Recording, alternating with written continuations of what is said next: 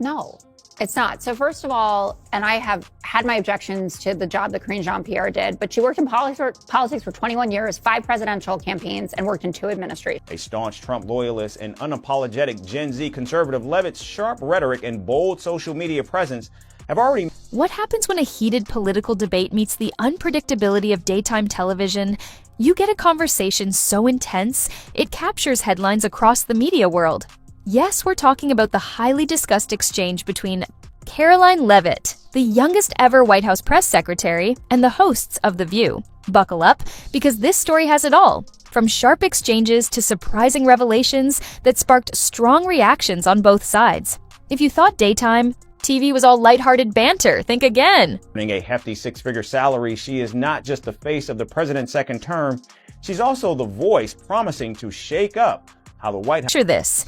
Karoline Leavitt, just 27 years old, steps into her role as Donald Trump's press secretary, a historic moment that could have been widely celebrated. But instead, it quickly turned into a heated debate, with The View, hosts challenging her with pointed remarks.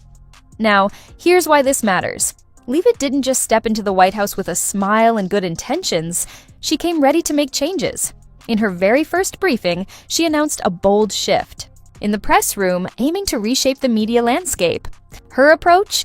Moving away from the traditional media hierarchy and making room for independent voices, including podcasters and social media influencers.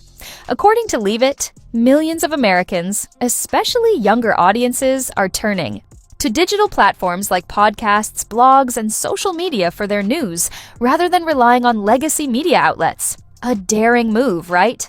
Well, not everyone saw it that way. Donald Trump, I was stunned and amazed by his new White House spokeswoman today. She's actually the youngest ever in that. Now, let's talk about the heated exchange on The View, where the hosts didn't hold back in their critique of this rising political figure. Joy Behar led the charge with a comment that sparked immediate controversy.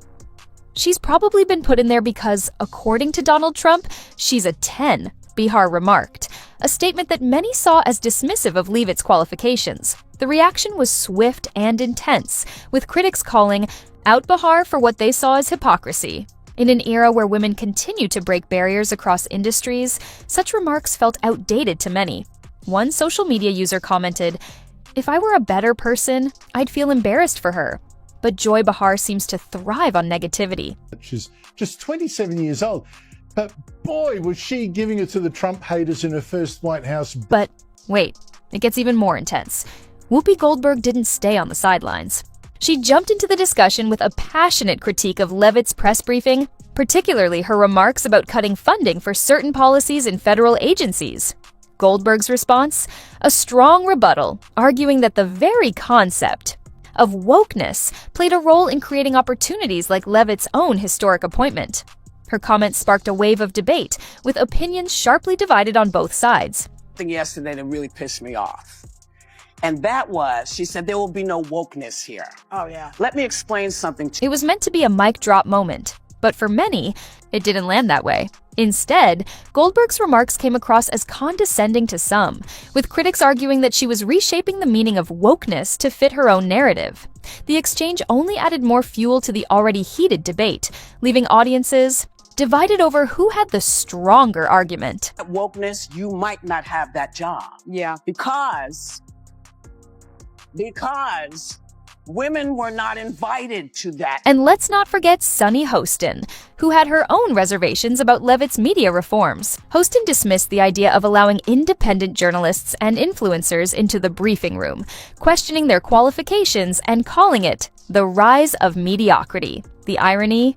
The View has long positioned itself as a champion of diverse voices, yet they seemed quick to dismiss perspectives that fall outside the traditional media landscape. One online commenter summed it up bluntly: "The View doesn't even know what a woman is." Another declared, "Cancel The View. I can't. Wait until they're off the air." Meanwhile, Karoline Leavitt wasn't just sitting back and taking the criticism, far from it. She responded in the most strategic way possible, by doubling down on her critique of legacy media.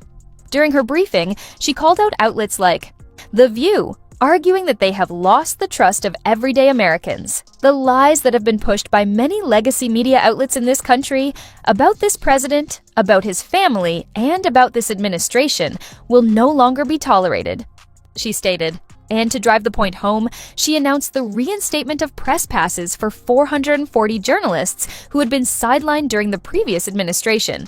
Talk about a power move. Bang, Rowan, I couldn't do that at 27. No nonsense, straight to the point, courage, deep. But let's take a step back, because there's another layer to this debate that can't be ignored. The hosts of The View weren't just responding to Leavitt's policies, they were reacting to her as a person. By framing her as a so-called 10, Joy Behar didn't just take a jab at Leavitt, she dismissed every woman who has fought to be recognized for her abilities rather than her appearance.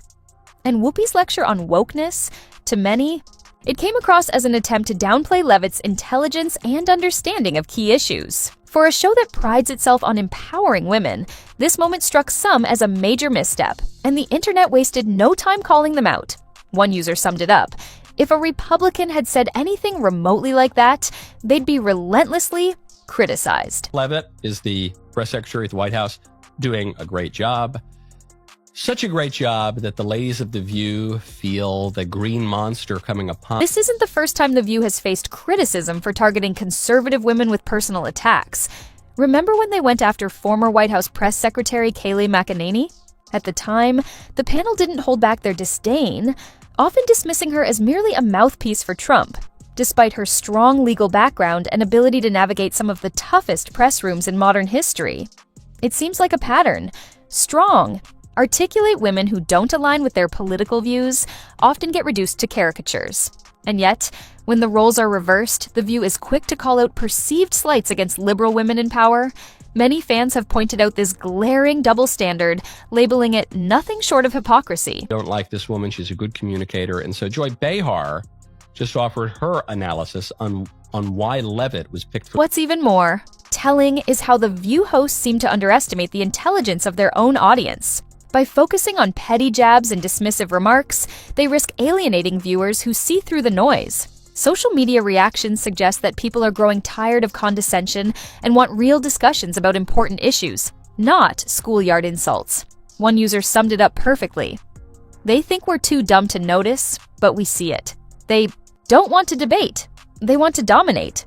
It's a sentiment that extends beyond just the Karoline Leavitt controversy, tapping into a deeper frustration with the state of mainstream political discourse. But even factoring in that she's a nice-looking lady, I love that the Liv's attacks on conservatives right now are that we're hot and cool. Then there's the irony of The View accusing Karoline Leavitt of being unprepared or unqualified.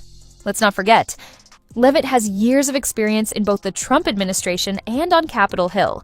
She's handled high-stakes communications under immense pressure and has broken barriers as a young professional in a competitive political landscape.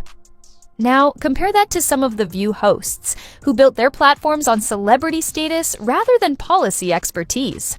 The contrast couldn't be starker. It's no surprise that many viewers have rallied behind Leavitt, seeing her as a fresh voice in a media landscape dominated by familiar talking points. But this isn't just a clash between Karoline Leavitt and The View. It's a reflection of a much larger battle, the fight between traditional media and the rising wave of independent platforms. By opening the White House briefing room to alternative outlets, Leavitt is challenging a system that has long been controlled by a select few. And while critics may scoff, the numbers don't lie. Millions of Americans are now turning to podcasts, blogs, and social media for their news, bypassing traditional networks entirely. This shift poses a real challenge to legacy media, which could explain The View's strong reaction. It's not just about Leavitt, it's about the potential decline of their influence. And then there's the glaring contradiction. Whoopi Goldberg passionately defended wokeness as a force for good, citing past struggles for equality. But where was that same passion when Joy Behar reduced Leavitt's accomplishments to her appearance? If The View truly stands for empowerment and equality, their actions need to match their words. Instead, they came across as defensive, out of touch, and, frankly, threatened by a young woman unafraid to challenge them. Of course, no political drama is complete without outside commentary. Enter Greg Gutfeld, who delivered his own take on the situation, even throwing in a jab at Joy Behar. If Karoline is a 10, where does that leave Joy? It was a sharp remark, but one that mirrored the rhetoric The View had already dished out. Social media erupted, with many pointing out the irony and the double standards at play. Isn't it rich that The View is saying she got the job based on looks when DEI is all about based on... So, where does this leave us?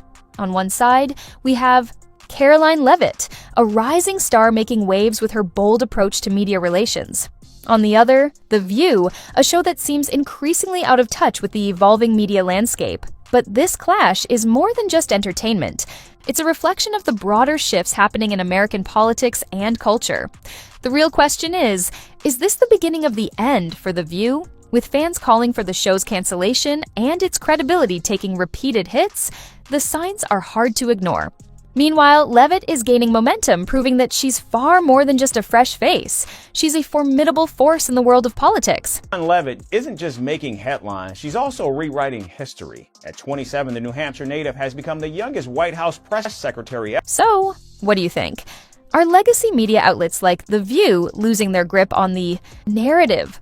Or will they find a way to bounce back? And is Karoline Leavitt the disruptor we didn't know we needed, or just another polarizing figure in an already divided landscape? Let us know your thoughts in the comments, and don't forget, to stay tuned, this story is far from over.